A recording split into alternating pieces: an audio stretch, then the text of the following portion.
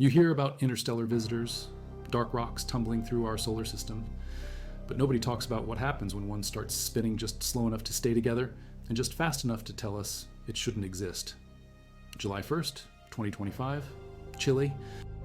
Atlas telescope catches something moving at 220,000 kilometers per hour. Designation 3I Atlas. Third, confirmed interstellar object ever detected. Hyperbolic trajectory. Eccentricity 6.2. Not bound to our sun. One-way trip through the inner system. Origin, somewhere in the Milky Way's thick disk, maybe 8 billion years old, from a star that might not even exist anymore.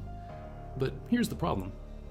Between July 2nd and July 5th, 2025, the 10.4 meter Gran Telescopio Canarias in Spain locked onto this visitor, team led by Raúl de la Fuente Marcos. They measured something nobody expected. Rotation period, 16.79 hours, plus or minus 0.23 hours. Confirmed again by Tony Santana Ros and colleagues using multiple telescopes from July 2nd to July 29th. 16.16 hours, plus or minus 0.01 hours. Two independent teams, same number, 16 hours. That number matters, not because it's fast, not because it's slow, because it sits right in the zone where physics and survival collide. Here's what we know about comets that spin. Outgassing creates torque. Sun heats the surface, ice turns to gas jets out, nucleus spins up. David Jewett's research from 2021 shows the median torque efficiency is 0.7%.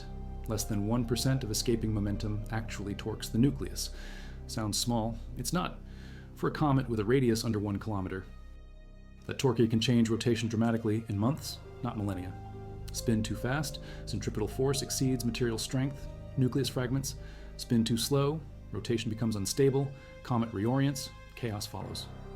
3. IATLAS sits right between those extremes. If you value documented interstellar science and comet physics like this, subscribe. It's the best way to support our work. Also comment from which city you're hearing this from. Also, this script is researched and factual, using sources from astronomy and astrophysics. Published August 5th, 2025, by De La Fuente Marcos and the Instituto de Astrofísica de Canarias team. Backed by observations from the Gran Telescopio Canarias OSIRIS spectrograph and the 2-meter twin telescope photometry, alongside the monthly notices of the Royal Astronomical Society paper by Santana Ros, analyzing light curves across 27 nights. Now back to the information. Gran Telescopio Canarias used phase dispersion minimization analysis, Lomskargel periodogram for unevenly sampled data. Peak at 16.66 hours. Gaussian fit to the minimum yielded 16.79 hours. Brightness variations, 0.3 magnitudes in early July, dropping to 0.2 magnitudes by late July as the coma thickened. Nucleus getting more obscured. Still, the signal held 16 hours. Why does this rotation rate reveal 3? IATLAS's true nature? Because it connects to the rocket effect. August 6th, 2025. James Webb Space. Telescope measures outgassing, carbon dioxide, 129 kilograms per second. Water, 6.6 kilograms per second. Carbon monoxide, 14 kilograms per second. 95% carbon dioxide, 5% water. Highest carbon dioxide to water ratio ever measured in a comet, 6 standard deviations from normal. That gas creates thrust. Mass loss times ejection velocity equals force, 0.44 kilometers per second, outflow speed measured. Do the math. This thing should be accelerating like crazy, changing trajectory, spinning faster. It's not. September 25th, 2025. Richard Cloete. Avi Loeb. Peter Veers. Analyze 4,022 observations from 227 observatories worldwide. May 15th to September 23rd. Minor planet center data. They measure non-gravitational acceleration, deviation from pure gravity trajectory. Upper limit, 15 meters per day squared. Residuals in sky position, 0.028 arcseconds over 4.5 months, essentially zero. Here's the problem. With that much outgassing, a small comet would be pushed around like a sailboat. 3, IATLAS, barely moves. The rocket effect isn't working the way it should. Momentum conservation is simple. Non-gravitational force divided by acceleration equals mass, 129 kilograms per second of carbon dioxide, ejection speed 0.44 kilometers per second, non-gravitational acceleration below 15 meters per day squared. Run those numbers. Nucleus mass exceeds 33 billion tons. Diameter over 5 kilometers. For solid ice density, 500 kilograms per cubic meter, you need that size to resist the rocket push. Comet 2. Ibrisov, the second interstellar visitor. Estimated mass, orders of magnitude smaller. 1 I Oumuamua, first interstellar object, even tinier, maybe 100 meters across.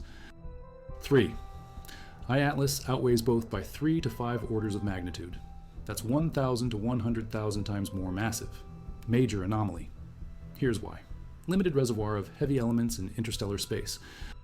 Statistical models say we should have detected 100,000 small interstellar objects, Oumuamua scale, 0.1 kilometer radius, before finding one giant like 3 I Atlas. We've only seen 3 total. The size distribution doesn't make sense unless 3 I Atlas is completely different from what came before. Now connect that to the 16-hour spin.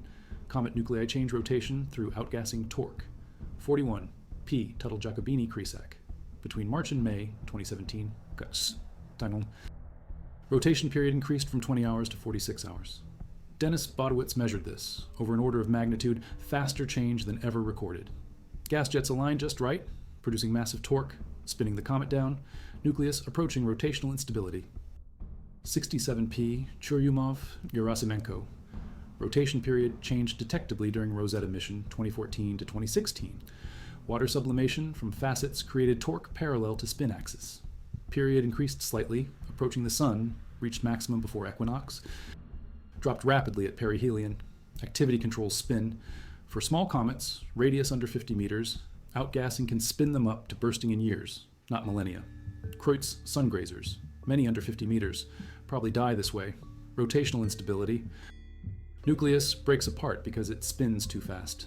Sublimation torques are efficient killers for small bodies. 3. I Atlas has been outgassing since at least 4.5 astronomical units. Discovery distance. Very Large Telescope detected nickel emission July 20th. 2025 pass at 3.9 astronomical units. Production rate. Log Q nickel equals 21.26 atoms per second. By August 21st at 2.85 AU, production rate jumped to log Q equals 22.67. Scaling followed R to the minus 8.43 power, way steeper than normal sublimation. Threshold-driven process. Cyanide appeared August 14th at 3.07 AU. Production log Q equals 23.61 by August 21st. Scaling R to the minus 9.38, months of outgassing. Carbon dioxide, water, carbon monoxide, nickel, cyanide, all jetting into space, creating torque with every molecule. Yet the rotation period holds steady around 16 hours. No dramatic spin-up. No catastrophic spin-down unstable. That stability tells us the nucleus is massive enough to resist the torque, not a rubble pile, not a loosely bound aggregate of ice and dust that would have spun apart by now. Something dense, cohesive, substantial, 5 kilometers across, minimum. Maybe more. Hubble Space Telescope imaged 3 I Atlas, July 21st, 2025, showed a glow extending ahead of the object toward the sun, anti-sunward plume, not a typical tail, 277 million miles from Earth, teardrop-shaped cocoon of dust. Brightness distribution suggests nucleus diameter between 0.32 and 5.6 kilometers, most likely under 1 kilometer based on optical thin assumptions, but the non-gravitational acceleration data says otherwise. Upper limit 5.6 kilometers is the only size that fits the mass. Here's the conflict. If it's under 1 kilometer, the rocket effect should be changing its spin and trajectory constantly, but it's not. If it's over 5 kilometers, the rotation period of 16 hours means it's spinning just fast enough to be dynamically interesting, but not fast enough to break apart. 16 hours is the Goldilocks zone for a comet this size. Rotation physics. Angular momentum equals mass times radius squared times angular velocity. For a sphere with radius 5 kilometers, density 500 kilograms per cubic meter, mass roughly 33 billion tons, 16-hour period gives angular velocity 7.27 times 10 to the minus 5 radians per second. Plug into angular momentum formula. L equals roughly 3.3 times 10 to the 16 kilogram meters squared per second. That's the rotational energy budget. Outgassing torque changes angular momentum. Torque equals rate of change of angular momentum. With 129 kilograms per second carbon dioxide loss and 0.44 kilometers per second outflow at some radial distance, say 2 kilometers effective moment arm, torque equals 113,000 newton meters. Sounds big. Over one full rotation, 16 hours, 57,600 seconds, Angular momentum change equals 6.5 times 10 to the 9 kilogram meters squared. Compared to total angular momentum, 3.3 times 10 to the 16. Fractional change per rotation is about 2 times 10 to the minus 7. Negligible over weeks. That's why it's stable. The mass is so large that even vigorous outgassing can't push it around or spin it up fast enough to matter on observation timescales. But here's the deeper question. How did it get this rotation period in the first place? Ejection from parent star system sets initial spin. If 3, Atlas was ejected by close encounter with a gas giant, Jupiter-mass planet swinging by. Gravitational torque during flyby would spin it up. Tidal forces would twist it, maybe giving it a fast initial rotation, maybe several hours or less. If instead it was ejected gently when the parent star died and lost mass, reducing gravitational binding, the comet might have retained a slow primordial spin from formation in the protoplanetary disk. Could be days-long period initially, then billions of years in interstellar space. Galactic cosmic rays hit the surface. Rare, but over 8 billion years, enough to sublimate trace surface ice even in the cold dark. Asymmetric sublimation creates tiny torques. The Yorp effect, Yarkovsky-O'Keefe, Rajewski. Paddock effect, sunlight absorbed and re-emitted thermally from an irregular surface creates torque. But 3. Atlas spent billions of years far from any star, no Yorp. Only cosmic ray sublimation and random collisions with interstellar dust. Net effect over billions of years, rotation period could have changed significantly. Fast spinners slow down through energy dissipation, internal friction, even in a solid ice body. Slow spinners might speed up slightly through random torques, but without strong external forcing, bodies tend towards stable intermediate rotation states. 16 hours for a 5-kilometer comet is exactly that. Intermediate. Not so fast, it's unstable. Not so slow, it's anomalous. Then it enters our solar system. July 2025. Discovery at 4.5 AU, heading inward. Sun starts heating it. Carbon dioxide sublimates first. Low sublimation temperature, 78 Kelvin at low pressure. Water ice needs higher temps. That's why carbon dioxide dominates the coma. 3. Atlas is cold enough that water barely sublimates. But carbon dioxide jets out vigorously. Carbon dioxide jets create thrust, anisotropic distribution of active regions on surface, vents, cracks, volatile-rich patches, means jets don't cancel out. Net torque. Direction depends on geometry. If active regions are near the equator, torque might be perpendicular to spin axis, causing precession or wobble. If active regions are near poles, torque is parallel to spin axis, speeding up or slowing rotation. Virginio Oldani and Italian astronomers analyzed Hubble images, August 2025. Coma shape suggests rotational north pole might point toward right ascension 154 degrees, declination plus 25 degrees, or right ascension 334 degrees, declination minus 25 degrees, 2 possible pole orientations. That ambiguity matters because it tells us where active regions are relative to the spin axis. If the pole points toward the first solution, active regions might be distributed such that outgassing torque is balanced, no net spin up or spin down. If the second solution, different balance. Either way, the 16-hour period stability suggests active regions are positioned to minimize net torque along the spin axis, lucky geometry, or the comet reoriented itself over time to minimize torque, a self-stabilizing process seen in other comets. Now fast forward, October 29th, 2025 perihelion. 3. Atlas reaches closest approach to Sun, 1.4 astronomical units, just inside Mars orbit. Activity peaks. Outgassing rate skyrockets. Torques become maximum. Will the rotation period change dramatically? Predictions. If the nucleus is really 5+ kilometers and the active regions stay balanced, period should remain roughly 16 hours, maybe shift by minutes to hours, not double or halve. If there's asymmetric activation, new vents open on one hemisphere due to increased heating, torque could spike, spin could change fast. If the nucleus has internal structure, maybe a dense core with volatile-rich mantle, differential heating could crack the mantle, releasing sudden jets, producing impulsive torque that could spin it up catastrophically, leading to fragmentation. Mars Reconnaissance Orbiter, high-rise camera scheduled to image 3 Amberus. Atlas, October 3rd, 2025, distance 0.19 astronomical units from Mars, 28 million kilometers, resolution tight enough to constrain nucleus diameter directly. Brightest pixel will tell us, is it really 5 kilometers or smaller? If smaller, the mass inference is wrong. If bigger, Mass could be even higher. December 2025. 3. Atlas visible again from Earth after solar conjunction. Post-perihelion monitoring. Does the rotation period still read 16 hours? Has it changed? If it sped up dramatically, say down to 8 hours, that means torques were stronger than predicted. Nucleus smaller than thought. If it slowed to 24 hours, that means breaking torque dominated unusual geometry. If it stayed 16 hours, that confirms the nucleus is massive, stable, resisting change. Here's why the rocket effect curve, the relationship between outgassing rate, non-gravitational acceleration, mass, and spin, reveals 3I Atlas's true nature. It proves this isn't a typical comet. Typical comets are small, under 1 kilometer, rapid spinners or unstable rotators, responsive to every outgassing jet. 3I Atlas is a fortress, massive, stable, ancient. It carries ice that hasn't seen starlight for billions of years. Its 16-hour spin is the signature of something that resisted change across galactic timescales.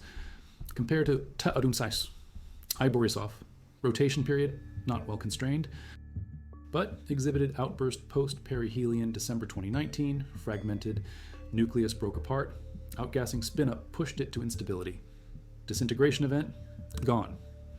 1I Oumuamua showed non-gravitational acceleration, 1.4 times 10 to the minus 7 AU per day squared.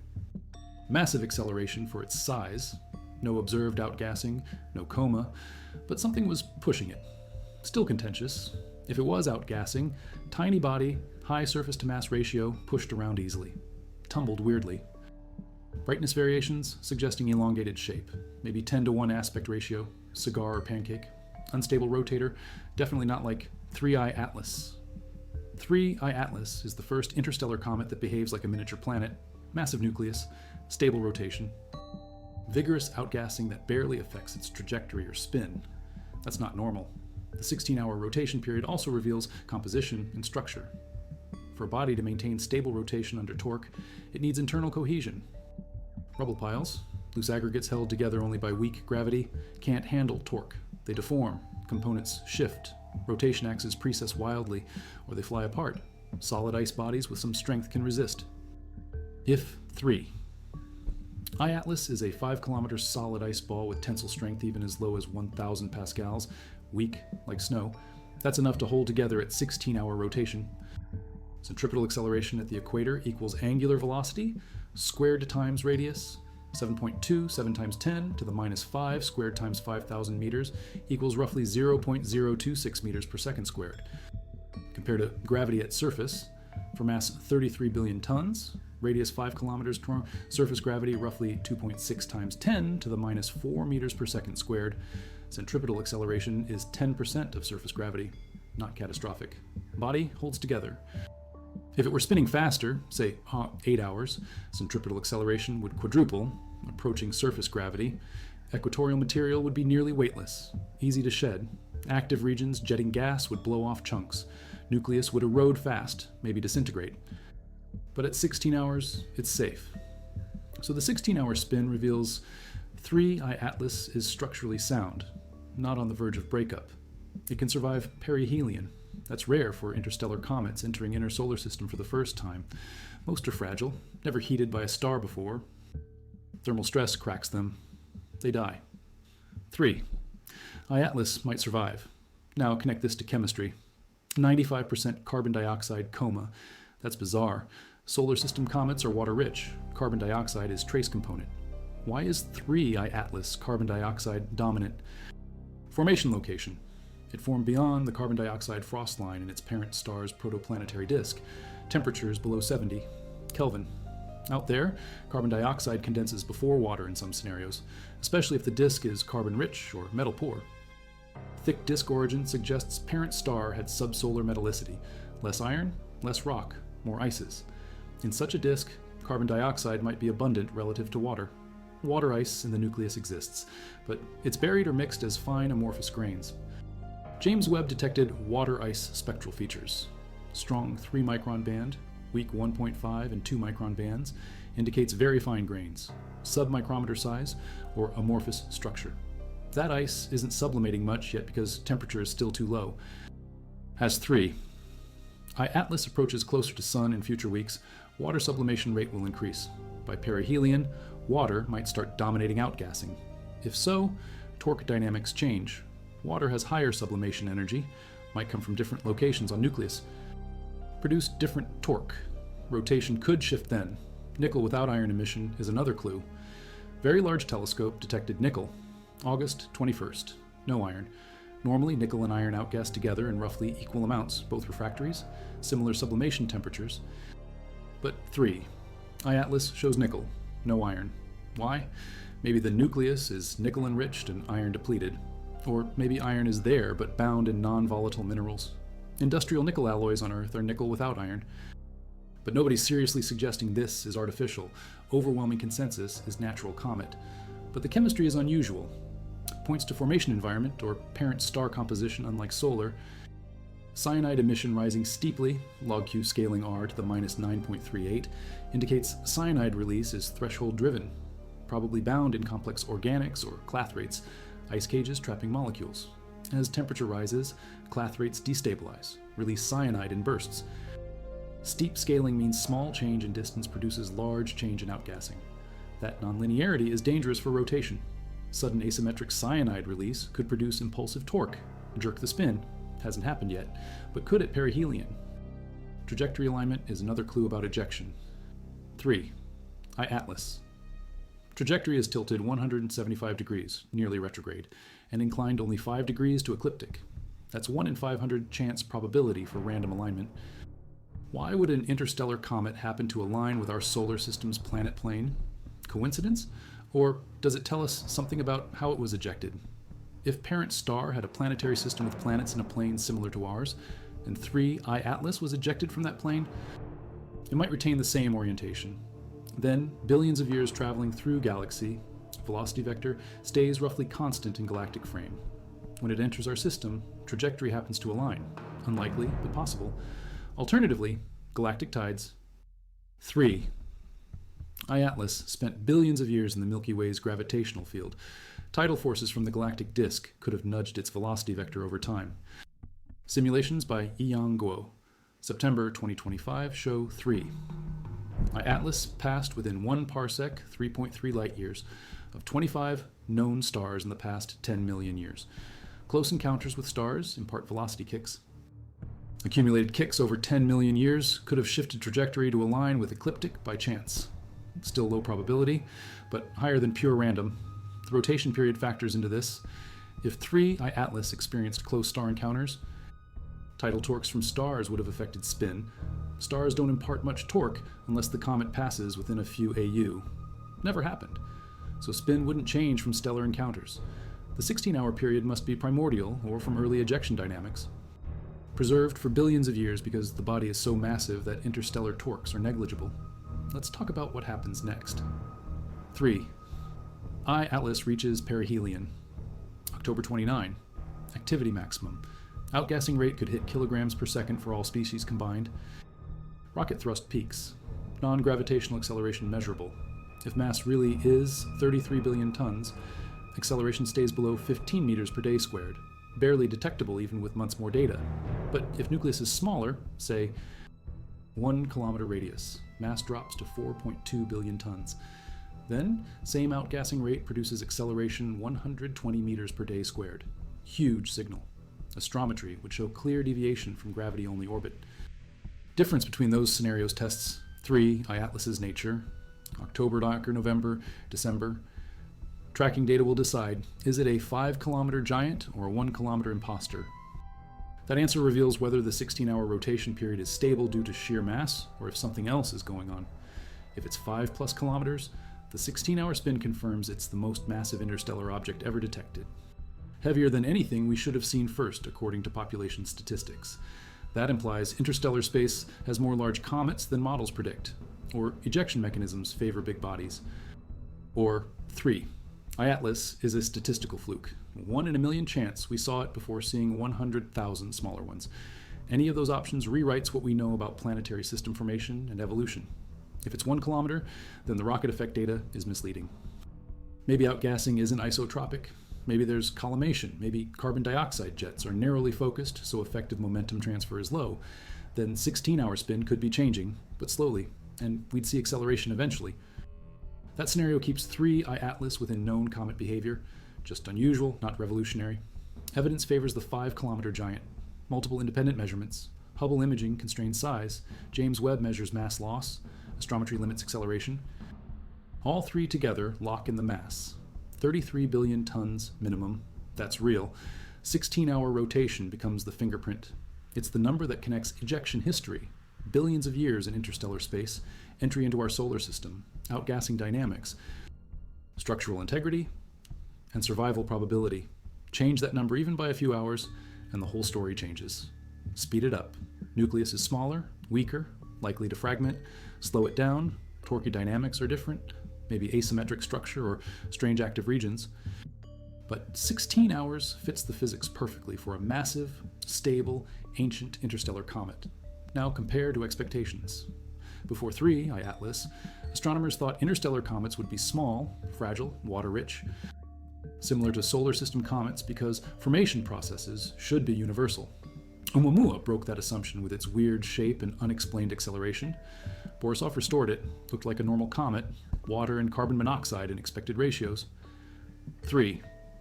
I-Atlas breaks it again, in the opposite direction. Not weird because it's inactive or strangely shaped, weird because it's too big, too stable, too carbon dioxide rich, and spins at exactly the right rate to resist change. That resistance to change, encoded in the 16-hour rotation period, reveals 3. I-Atlas is a survivor. Survived ejection from its parent system without disintegrating. Survived billions of years in interstellar space without sublimating away or colliding with something fatal. Survived entry into a new star system and heating without breaking apart. The 16-hour spin is the signature of resilience. Comet physics generally predicts lifetimes for active comets. Small comets, under 100 meters, sublimate completely in thousands of orbits around Sun. Medium comets, 1 kilometer scale, last hundreds of thousands of orbits. Large comets, 10 kilometers plus, can last millions of orbits before losing all volatiles. But interstellar comets make only 1 pass, no orbits, 1 chance. For 3. Atlas. That 1 pass might be survivable because it's large enough that surface layers sublimate but interior stays cold. After perihelion, it'll recede, outgassing will drop, nucleus will freeze again, carry most of its mass back into interstellar space. The 16-hour rotation period tells us the interior is protected. Sublimation removes surface layers, but rotation ensures even heating over 16-hour cycle. No permanent hotspot, no runaway sublimation in one area. Uniform erosion, that preserves structural integrity, prevents asymmetric weakening, keeps nucleus from splitting. Final evidence. 3. I-Atlas will pass 0.36 AU from Jupiter March 16th, 2026, 34 million kilometers. Jupiter's gravity will deflect its trajectory slightly. If we can measure that deflection precisely, we get an independent mass measurement. Gravitational perturbation scales with comet mass, massive comet, bigger deflection, light comet, smaller deflection. Juno spacecraft will be near Jupiter. If NASA can coordinate Juno observations with ground-based tracking, the deflection could be measured. Then we'd know the mass for certain. That mass combined with 16-hour rotation gives us density, tensile strength, everything. But even without Juno, the rotation period already told us the answer. 16 hours? Not 15, not 17, 16. That precision is the data point that unlocks 3 I-Atlas's nature.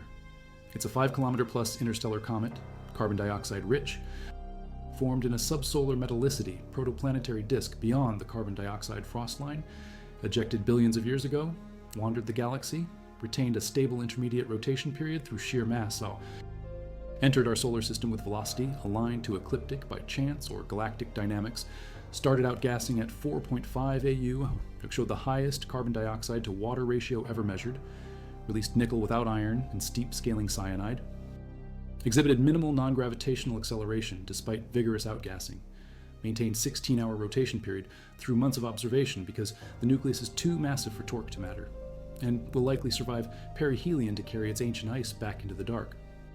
The 16-hour spin reveals it's not just an interstellar visitor, it's an interstellar fortress. One detail we haven't covered. Why is the rotation period measurement uncertain by plus or minus 0.23 hours in one study, 0.01 hours in another? Brightness variations. As nucleus rotates, cross-section changes, brightness changes. For a sphere, no variation.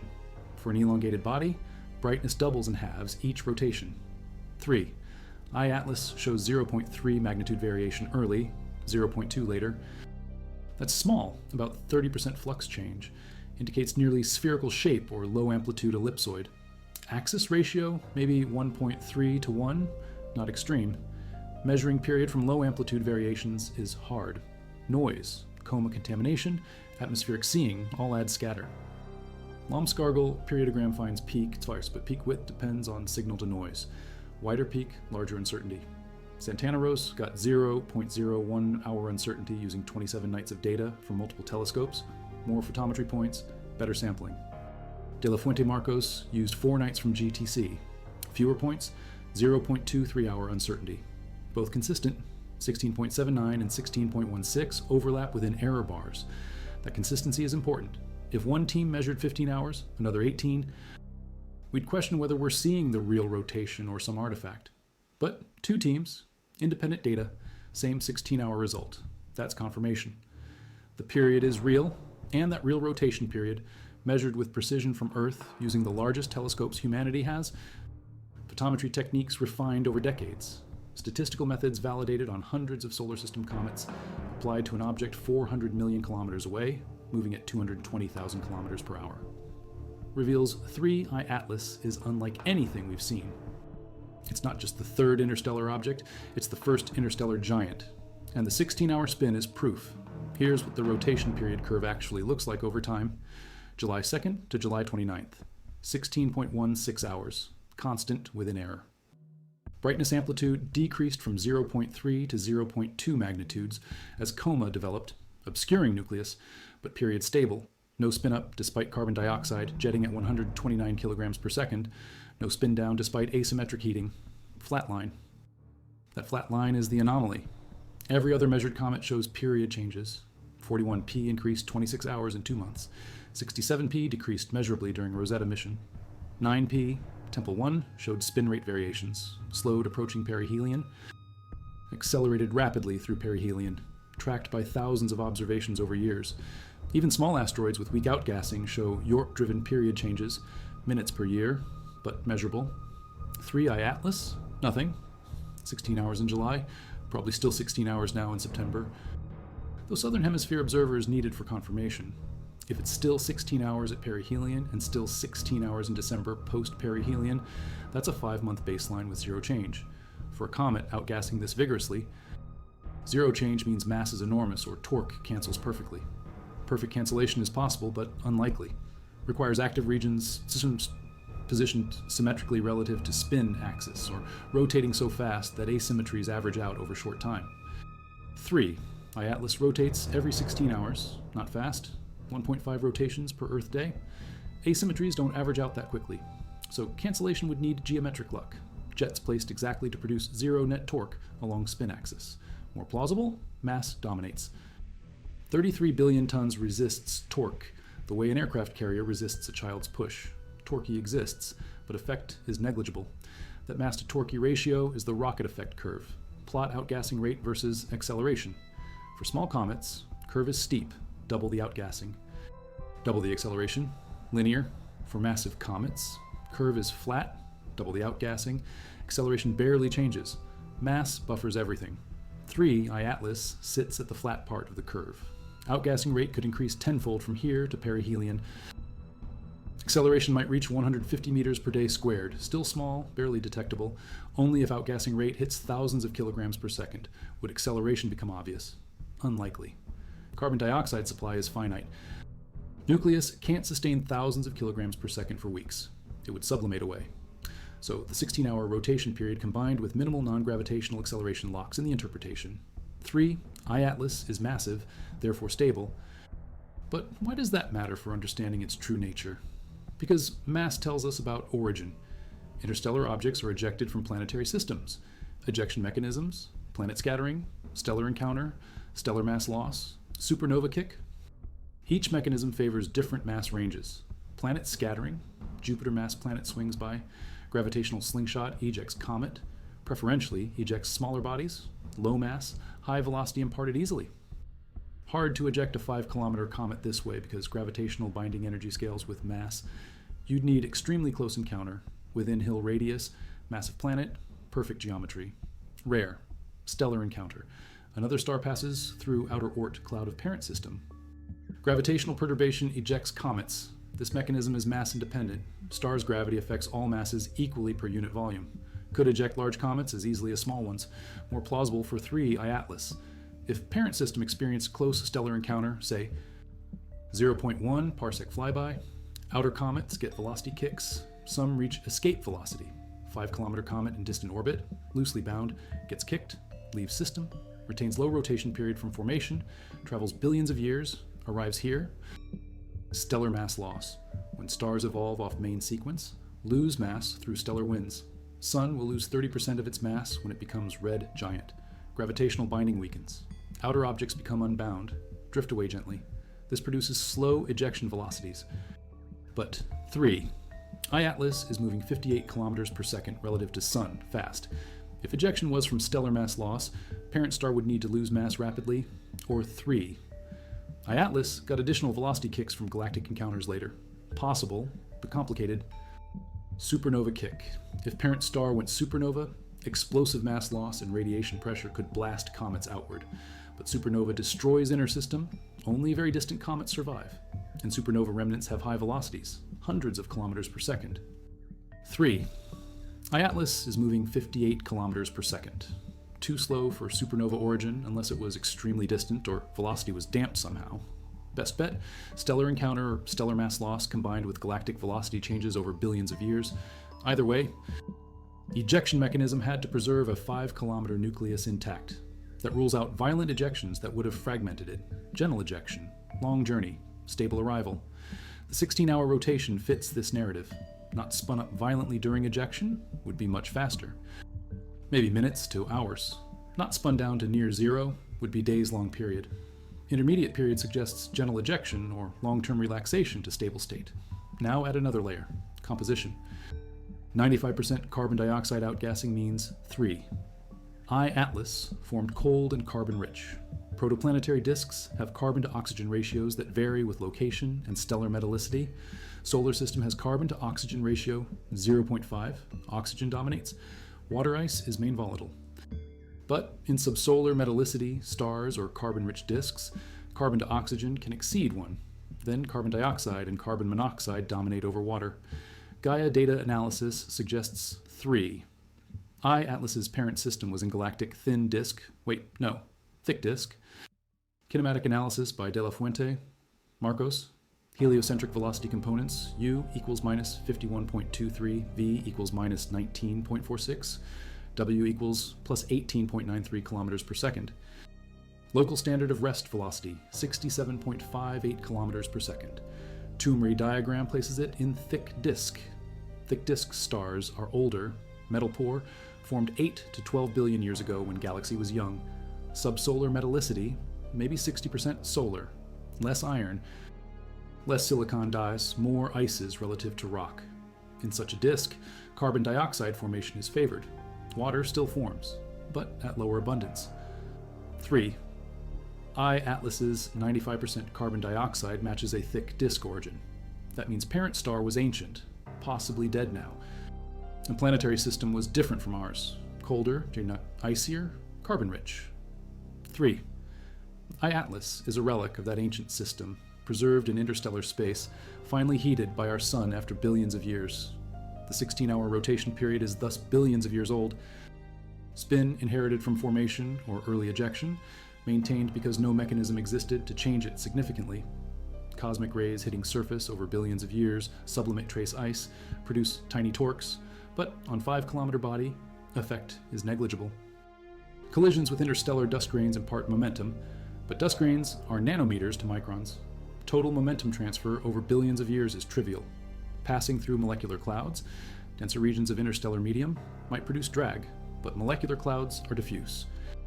Density 100 molecules per cubic centimeter, drag force is essentially 0 on solid body. So 3. I-Atlas enters our solar system with the same spin it had billions of years ago. Unchanged, primordial, until July 2025. Sun heats it, carbon dioxide sublimits. Jets activate, torque begins, but mass is so large that torque barely matters. Rotation stays 16 hours. This is the rocket effect curve revealing true nature. 3. Atlas is a time capsule. Spin period is a fossil record. Composition is ancient disk chemistry. Mass is proof of formation in outer reaches of a long-dead planetary system. And stability under outgassing confirms it's structurally intact after billions of years. Every other interstellar object we've detected tells a different story. Oumuamua, small, tumbling, weird shape. Possibly fragment of larger body. Ejected recently, maybe millions of years ago, still has non-equilibrium spin. Borisov, small, water-rich, looked like solar system comet because it formed recently in a solar-like system, ejected within last few million years, arrived fresh. 3. Atlas. Massive, ancient, carbon dioxide rich, stable spin, thick disk origin, billions of years old. It's not just different, it's from a different era of the galaxy. That's what the 16-hour rotation period reveals. Now let's talk about what happens if we're wrong. If high-rise imaging in October shows nucleus is 1 kilometer, not 5, the mass drops. Then the rocket effect curve shifts. Acceleration becomes detectable. We'd see orbital deviation. Teams would publish revised orbits showing non-gravitational terms. That would mean outgassing torque is also stronger. 1 kilometer body with 129 kilograms per second, mass loss experiences significant torque. Rotation period would change. By December, observers would measure different period, maybe 12 hours, maybe 22, spin up or spin down, depending on active region geometry. If that happens, 3. Atlas is still interesting, large interstellar comet, unusual composition, but not revolutionary. It fits within known comet physics, just at the upper end of size distribution. But if HiRISE confirms 5+ kilometers, everything stands, 33 billion tons minimum, 16-hour rotation maintained, 0 non-gravitational acceleration. Then 3. Atlas is the anomaly that demands explanation. Population statistics say it shouldn't exist. We should have found thousands of small interstellar objects first. Why did we find the giant first? Possible answers. Detection bias. Large objects are brighter, easier to spot. But Atlas survey detects magnitude 19 objects routinely. Oumuamua was magnitude 20 when discovered. Borisov was magnitude 19. Detection bias isn't strong enough. We should have found more small ones. Ejection bias? Maybe large comets are ejected preferentially. If stellar encounters are the main ejection mechanism, and encounters tend to target distant, massive reservoirs like Oort clouds, then large comets, rare but present in outer regions, get ejected disproportionately. Small comets in inner regions stay bound. This could skew interstellar population toward large objects. Survival bias. Maybe small interstellar comets sublimate away during billions of years in interstellar space. Cosmic rays. Rare stellar encounters that heat them slightly. Over billions of years, small bodies lose mass, vanish. Large bodies like 3I Atlas have low surface-to-volume ratio. Lose surface layers but retain bulk. Only giants survive long enough to travel across a galaxy and arrive here. Then we'd expect to find large objects preferentially, not because they're common, but because they're survivors. Any of these biases could explain why 3I Atlas appeared first. But they're speculative. We need more interstellar detections to test them. Vera C. Rubin Observatory just started operations. Found 2,104 new asteroids in 10 hours. It'll detect interstellar objects at unprecedented rates. Within 5 years, we might have dozens of interstellar comets and asteroids. Then we'll see the size distribution, rotation periods, compositions. We'll know if 3I Atlas is an outlier or the first of many giants. Until then, 16 hours is the number we have, measured precisely. Confirmed independently, stable over months. It's the data point that connects mass, composition, origin, and stability into one coherent picture. That picture says, interstellar space contains ancient, massive comets from thick disk stars, preserved for billions of years, carbon dioxide rich, structurally sound, spinning at stable intermediate periods because their mass resists torque. 3. Atlas is our first example. Not a fragile icy rubble pile, a fortress, and fortresses don't fall easily, even at perihelion with solar heating at maximum. 3. Atlas will probably survive. 5-kilometer radius, 33 billion tons, 16-hour spin. Those numbers add up to resilience. Surface layers will sublimate, coma will brighten, maybe reach magnitude 10, visible in small telescopes, but nucleus stays intact. After perihelion, it recedes, outgassing drops, coma fades, By early 2026, it's magnitude 15, 16, dimming fast. By mid-2026, magnitude 20 plus, gone from our instruments.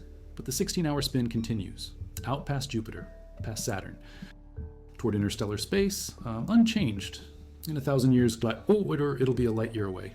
In a million years, 10 light years, still spinning every 16 hours, carrying ancient ice from a dead star, marked by one close passage near a yellow dwarf star called Sun, observed by beings who recorded its rotation and wondered what it meant. We know what it means. It means interstellar space is full of relics, giants from old systems, ejected eons ago, wandering forever. Most will never pass close to a star again. 3. Atlas got lucky, or we did. It came close enough for our telescopes to measure. Close enough for Gran Telescopio Canarias to clock its rotation. Close enough for James Webb to taste its chemistry. Close enough for Hubble to glimpse its coma. Close enough to reveal its nature. 16.79 hours. Plus or minus 0.23. That's the answer. That's what the rocket effect curve shows when you plot outgassing rate, non-gravitational acceleration, and mass. Flat line at high mass, small torque, negligible acceleration, stable spin. 3. Atlas is the interstellar object that doesn't change. While small comets fragment and tumble, it endures. While others spin up or spin down, it holds steady. 16 hours. That's its signature. That's its nature. Final piece. What would have happened if rotation period were different? Say, 4 hours. Fast spinner. Centripetal acceleration at equator would be 0.41 meters per second squared. Surface gravity, 0.2, 6 times 10 to the minus 3 meters per second squared. Centripetal exceeds gravity by a factor of 1600. Equator would be flinging material into space even without outgassing. Nucleus would shed mass continuously, lose structural integrity, fragment. Fast rotation equals death for large icy bodies. Say, 40 hours, slow spinner. Centripetal force negligible. But slow rotation means one hemisphere faces sun for long periods. Temperature differential between day and night sides becomes extreme. Dayside heats to 150 Kelvin, nightside stays 70 Kelvin. Thermal stress cracks the nucleus. Asymmetric outgassing produces huge torque because active regions don't average out. Rotation becomes unstable, precession starts, spin axis tumbles. Slow rotation equals instability. 16 hours, Goldilocks. Fast enough to distribute heating evenly over each rotation.